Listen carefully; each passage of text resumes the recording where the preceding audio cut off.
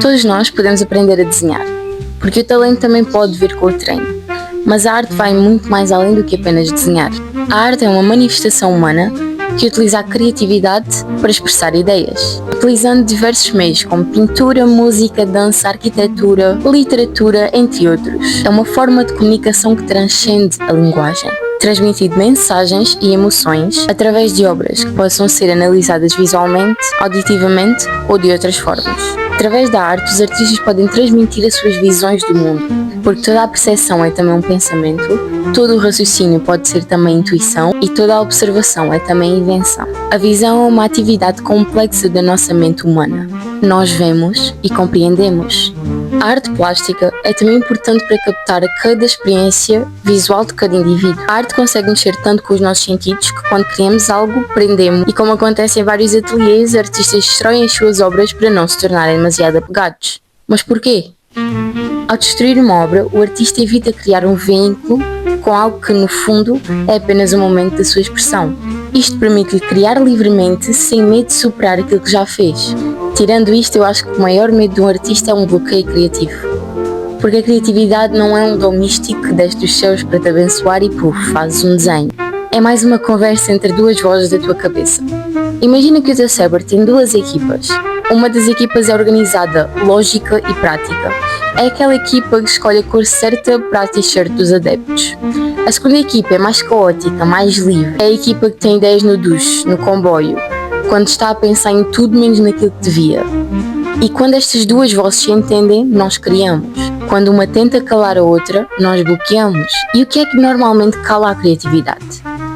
É o medo. É o medo de falhar, o medo de não ser tão bom quanto ontem, o medo de não conseguir superar o que já fizemos. É esse medo que transforma a arte em pressão. É esse medo que consegue transformar uma folha em branco num abismo. E é aí que um artista congela. Não por falta de ideias, mas por excesso de expectativas. Por isso muitos destroem o que fazem. Não porque odeiam o que criam, mas porque precisam de lembrar-se que são livres para criar aquilo que quiserem. Livres para falhar, livres para não ter de superar nada. Porque lá no fundo a arte não é uma escada para subir, é um caminho para explorar. Mas se temos um lado criativo, porque é que quase ninguém usa? Porque ainda há pessoas que passam a vida a dizer: eu não sou artista, ou isso não é para mim, ou é melhor eu comprar um quadro do que realmente fazê-lo. Talvez porque criar, seja desenhar, escrever ou abrir um canal no YouTube, é como despir-nos em público. Não no sentido literal, espera-se, mas no sentido de mostrar partes de nós que geralmente escondemos. Mas é importante lembrar que a arte é como um espelho. E convenhamos que nem toda a gente está pronta para se ver ao espelho nitidamente. Há também aquela voz interna que sussurra: e se rir em ti? Mas o curioso é que essa voz não está a tentar sabotar-te, ela tem medo. E então por isso mesmo é que as pessoas desistem antes de tentar, porque ouvem essa voz. Porque é mais seguro não criar nada do que criar e depois ver: ninguém gostou. O e se pesa mais do que porque não. Mas o segredo está aí, é começar mesmo com medo. Criar mesmo que ninguém veja e falar mesmo que a voz trema. Porque a vergonha todos temos. A diferença é que alguns deixam que isso escale, outros tornem-se em conteúdo. E talvez criar não seja apenas só por fazer arte. A arte é muito presente para lembrar-nos que estamos vivos. Porque cada vez que pintamos alguma coisa que nem sabemos o que está lá, ou gravamos um vídeo que nos mete vergonha, estamos a contrariar a voz que nos diz que não vale a pena. Olha Van Gogh, que vendeu um quadro em vida e mesmo assim pintava como se a alma lhe estivesse a arder. Imagina se ele tivesse parado.